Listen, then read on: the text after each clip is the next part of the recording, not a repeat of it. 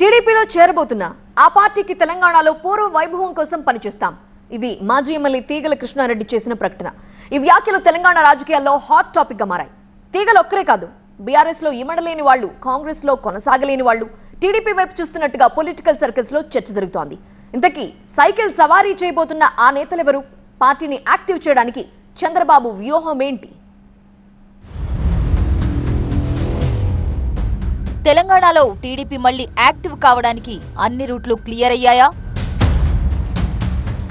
కొంతమంది రాజకీయ నాయకులకు పసుపు జెండానే అండగా కనిపించబోతోందా? బీఆర్ఎస్ కాంగ్రెస్ లో ఇమడలేని నేతలకు సైకిల్ పార్టీనే చాయిస్ గా మారబోతోందా? రాష్ట్రం విడిపోయాక తెలంగాణలో టీడీపీకి ఆదరణ తగ్గుతూ వచ్చింది. ఏపీ మీదే చంద్రబాబు పూర్తిగా ఫోకస్ పెట్టడంతో తెలంగాణలో టీడీపీ వైభవం కోల్పోయింది. తెలంగాణలో సైకిల్ గుర్తు మీద గెలిచిన ఎమ్మెల్యేలు వేరే పార్టీలోకి వెళ్లిపోవడంతో పెద్ద మొత్తంలో ఉన్న టీడీపీ ఓటు బ్యాంకు కూడా చాలా వరకు మిగిలిన పార్టీలకు బదిలీ అయిపోయింది. మొన్నటి తెలంగాణ అసెంబ్లీ ఎన్నికల్లో పోటీ చేయలేని పరిస్థితి పసుపు జెండాది.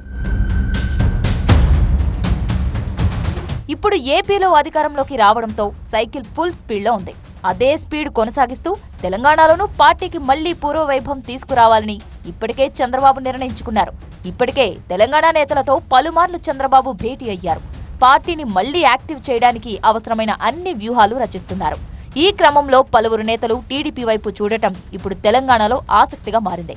పలువురు మాజీ ఎమ్మెల్యేలు, ఎమ్మెల్సీలు, ముఖ్య నేతలు సీఎం చంద్రబాబును కలవడం రాజకీయాల్లో హాట్ టాపిక్ గా మారింది. సీఎం చంద్రబాబును కలిసిన మాజీ ఎమ్మెల్యే తీగల కృష్ణారెడ్డి ఆసక్తికర వ్యాఖ్యలు చేశారు. తాను 100% టీడీపీలో చేరతానంటూ ప్రకటించారు. ఎన్టీఆర్తోనే తన రాజకీయ ప్రస్థానం మొదలైందని, హైదరాబాద్ను అభివృద్ధి చేసింది చంద్రబాబే అని అంటున్నారు తీగల కృష్ణారెడ్డి. టీడీపీ పాలన మళ్లీ రాష్ట్రానికి అవసరం ఉంది. టీడీపీ పూర్వ వైభవం కోసం పనిచేస్తామంటున్నారు తీగల.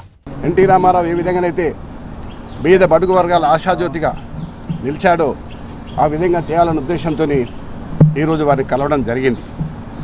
అంతేకాదు ఈరోజు హైదరాబాద్ నగరం ఇంత సుందర నగరంగా తీర్చిదిద్దామంటే ఆనాడు నన్ను మేయర్గా చేసిన చంద్రబాబు నాయుడు గారు, ఆయన ముఖ్యమంత్రిగా ఉన్నప్పుడే హైదరాబాద్, సికింద్రాబాద్, హుస్సేన్ సాగర్తో పాటు ఈరోజు సైబరాబాద్ సిటీ తీసుకొచ్చింది కూడా చంద్రబాబు నాయుడు గారు. దాంట్లో ఎవరు కాదనలేరు, సాక్ష్యం నేనే.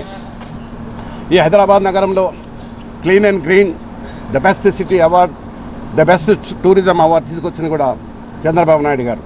చంద్రబాబును కలిసిన వాళ్లలో ఎమ్మెల్యే మల్లారెడ్డి, ఆయన అల్లుడు రాజశేఖర్ రెడ్డి కూడా ఉన్నారు. అయితే పెళ్లి పత్రిక ఇవ్వడానికే కలిశామంటున్నారు మల్లారెడ్డి.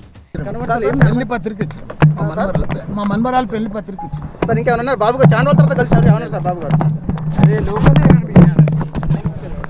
చంద్రబాబుతో మల్లారెడ్డి, తీగల భేటీపై బీఆర్ఎస్ కూడా స్పందించింది. పెళ్లి పత్రిక ఇవ్వడానికి కలిస్తే తప్పేముందని అంటున్నారు మాజీ ఎమ్మెల్యే బాల్క సుమన్. మా మర్రి రాజశేఖర్ రెడ్డి ఎమ్మెల్యే గారి కూతురు పెళ్లి ఉంది. దానికి సంబంధించి వారు మొన్ననే మా కేటీఆర్ గారికి, హరీష్ అన్నకు, కేసీఆర్ గారికి, మా ముఖ్య నాయకులందరికీ పత్రికలు ఇచ్చారు, మాకు కూడా ఇచ్చారు. అట్లనే కాంగ్రెస్ పార్టీ మంత్రులకు, ఎమ్మెల్యేలకు, సహచరులు కాబట్టి వాళ్ళకు కూడా ఇచ్చారు. సో దాంట్లో భాగం చంద్రబాబు నాయుడు గారికి కూడా పత్రిక ఇచ్చారు. దాంట్లో కొత్త ఏం లేదు, వింతేం లేదు. కృష్ణారెడ్డి కదా, ఆయన మా పార్టీ కాదు కదా, మల్లారెడ్డి మాట్లాడితే లెక్క. అయితే తీగలతో పాటు పలువురు మాజీ ఎమ్మెల్యేలు, ముఖ్య నేతలు టీడీపీ వైపు చూస్తున్నారని పొలిటికల్ సర్కిల్లో చర్చ జరుగుతోంది. బీఆర్ఎస్ లో ఉండలేని నేతలు, కాంగ్రెస్ లో కొనసాగలేని నేతలకు టీడీపీ జెండా ఒక ఆశ్రయంగా కనిపించబోతోంది. కాంగ్రెస్, బీఆర్ఎస్ లోకి వెళ్లడానికి ఇష్టం లేని నేతలతో పాటు గత టీడీపీ నేతలతో సంబంధాలు ఉన్న నేతలు కొందరు పసుపు కండువా కప్పుకుంటారని టాక్ వినిపిస్తోంది. చంద్రబాబు కూడా తెలంగాణలో పార్టీకి పూర్వ వైభవం తెచ్చేందుకు చేయాల్సిన అన్ని ప్రయత్నాలు చేస్తుండటంతో తెలంగాణ రాజకీయం మరింత ఆసక్తిగా మారింది.